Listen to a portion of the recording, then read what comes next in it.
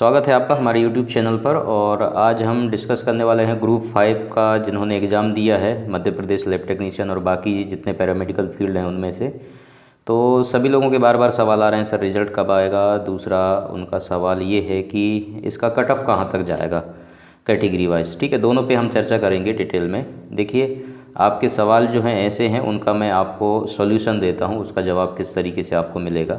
तो सबसे पहली चीज़ तो वेबसाइट है, यहाँ पर आप रिज़ल्ट देखते ही होंगे। आप लोगों ने एग्ज़ाम दिया है तो सबको एक्साइटमेंट रहता है कि रिज़ल्ट कब तक आएगा, हमारा सिलेक्शन होगा नहीं होगा, कितने में होगा, ये सारी चीज़ें जो है, क्योंकि ये सब चीज़ें फ्यूचर को लेके होता है। तो कई लोगों के एग्ज़ाम हुए हैं तो अच्छे नंबर आए हैं, तो बहुत सारे कन्फ्यूजन्स चलते रहते हैं दिमाग में।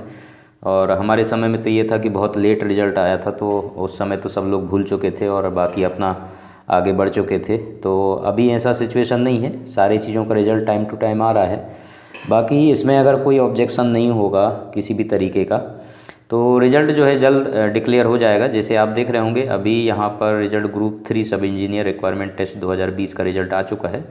तो इसमें आपको देखने को मिल रहा होगा। अब हम इसमें रिज़ल्ट सेक्शन पर जाएंगे, ये रिज़ल्ट सेक्शन है। इसमें जैसे ही हम जाते हैं तो यहाँ पर देखेंगे आप 2020 का एंट्रेंस टेस्ट के ये रिज़ल्ट आपको देखने को मिल रहे हैं यहाँ पर।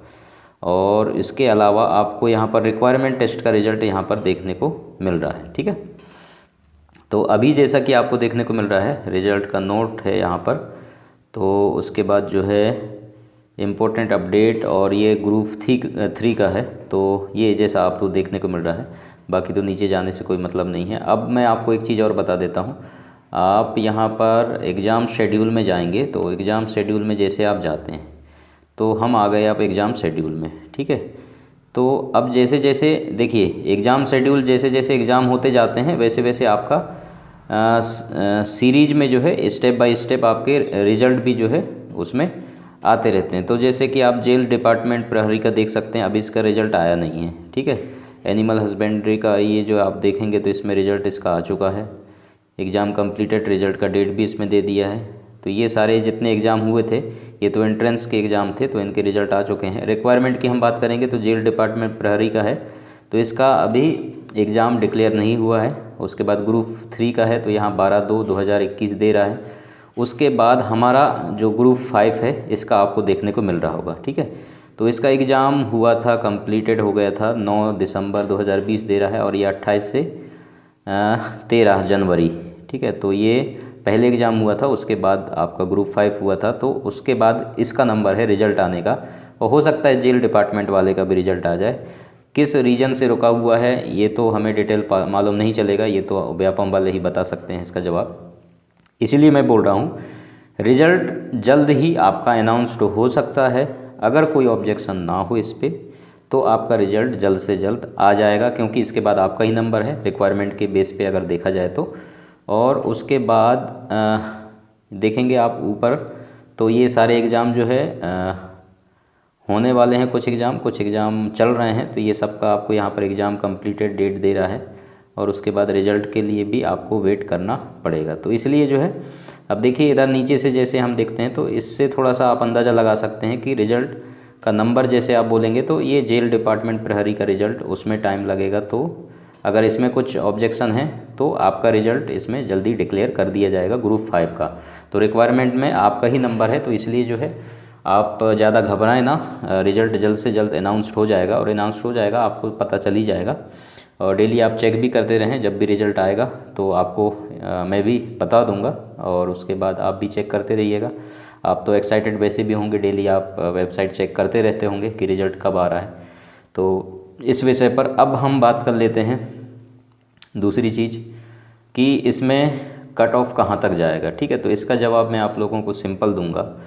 कट ऑफ का ऐसा है, कोई भी भविष्यवाणी नहीं कर सकता है। अगर सभी लोगों के नंबर पता चल जाए तब कोई कट ऑफ बना सकता है कि हाँ इतने से इतने तक कट ऑफ जा सकता है। अगर जितने ऑल ओवर जितने लोगों ने एग्ज़ाम दिया है, अब ये तो पॉसिबल है नहीं कि हमें कोई जानकारी हो कि हाँ भाई इतने लोगों ने एग्ज़ाम दिया है, इतने इतने नंबर आए हैं, तो मैं बैठ के बना सकता हूँ हाँ भाई रिज़ल्ट ऐसे ऐसे बनेगा।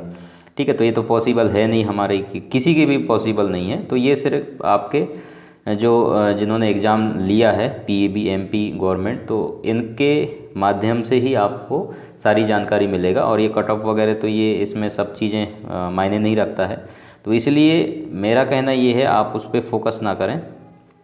अगर नंबर अच्छे आए हैं, मार्क्स आपके अच्छे आए हैं, तो सिलेक्शन आपका होगा, आसानी से होगा। और ये देखो, सब सीट पे डिपेंड करता है कि कितने सीट हैं आपके, और सीट जितने ज़्यादा होंगे तो उतना कम कट ऑफ जाता है, और सीट जितने कम होंगे, ठीक है, तो उतना ज़्यादा कट ऑफ जाएगा। क्योंकि अगर 10-15 सीट हैं किसी भी कैटेगरी में, तो फिर आप सोच सकते हैं क्या कंडीशन होगी और कितने लोगों ने फॉर्म भरा होगा। और दूसरा चीज़, अगर सीट ज़्यादा हैं तब तो फिर सिलेक्शन के चांसेस कम नंबर वालों के भी बन जाते हैं आसानी से, ठीक है। तो ये सारी चीज़ें हैं, तो इसलिए हम ज़्यादा इसमें डिटेल में बात नहीं करेंगे। तो ST SC OBC जनरल कोई भी हो, चाहे फीमेल कैटेगरी चाहे मेल कैटेगरी, तो आप लोग उस पर ज़्यादा दिमाग खर्च ना करें, कटअप का अंदाज़ा ना लगाएं कितना जाएगा क्या जाएगा, केवल वेट कीजिए रिज़ल्ट का, ठीक है। हम भी जब एग्ज़ाम दिए थे तो हम दिमाग नहीं लगाते थे कहाँ जा रहा है, कितना कटअप जाएगा क्या जाएगा, बस हमें रिज़ल्ट का इंतज़ार रहता था कि रिज़ल्ट आ जाए। बाकी ऐसे तो कोई भी कुछ भी बोल सकता है कि हाँ यहाँ तक जा सकता है, वहाँ तक जा सकता है, कोई कुछ भी बोलेगा, ठीक है। अफवाहें भी फैला सकता है कि नहीं भाई तुम्हारा सिलेक्शन हो जाएगा या तुम्हारा नहीं होगा, कुछ भी बोल सकते हैं। तो इसलिए इन सब चीज़ों पे ध्यान ना दें, आप जो है रिज़ल्ट का वेट करें, उसके बाद वैसे ही आपको पता चल जाएगा। बाकी कोई भी तुक्का लगाएगा या कुछ भी बताएगा तो ठीक है, आपकी संतुष्टि के लिए है कि नहीं भाई मेरे नंबर इतने आए हैं तो हाँ हो सकता है चांसेस मेरे हो जाएं।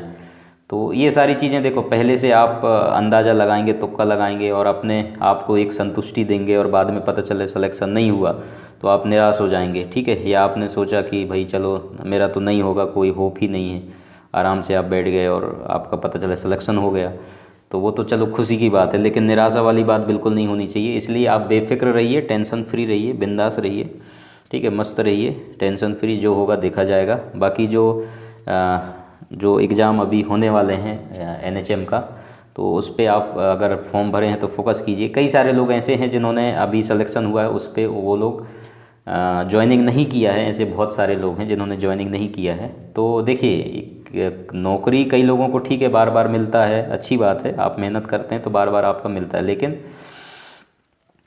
उसकी वजह, आपके वजह से किसी दूसरे का नुकसान होता है, वो चीज़ अच्छी बात नहीं है। तो अगर आप एग्ज़ाम दे रहे हैं और नौकरी आपको मिल रहा है तो ये तो किस्मत की बात है, ज्वाइनिंग करनी चाहिए। और आपके पास ऑलरेडी है तो वो आपके ऊपर डिपेंड करता है, वो तो आपकी मर्ज़ी है, कोई ज़बरदस्ती आप पे थोपता नहीं है।